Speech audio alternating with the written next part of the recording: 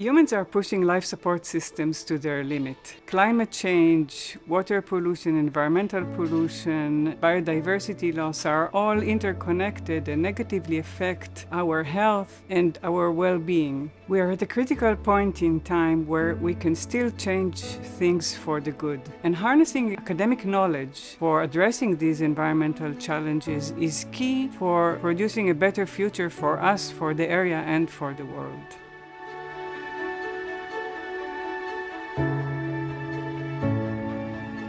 Israel can serve as a beta site for environmental research for researchers in Israel, but also around the world. In a very small area, you can find very different climatic conditions, and you can test your innovation and ideas in different climatic conditions in a very short distance.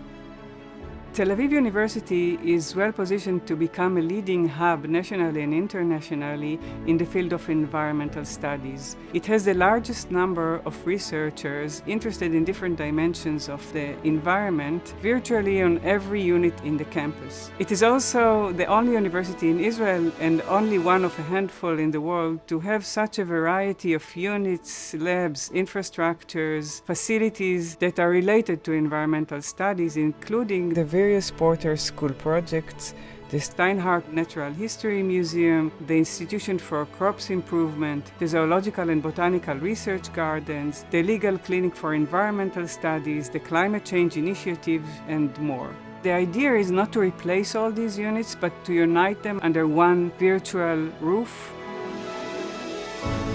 The school will promote the transfer of scientific knowledge from the academia to decision makers, educators, and the general public.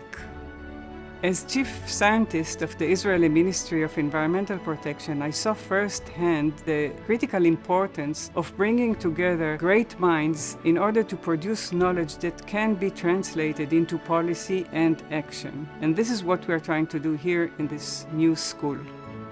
I'm optimistic that we still have the chance to change things for better for Israel and for the world, and through this school we will.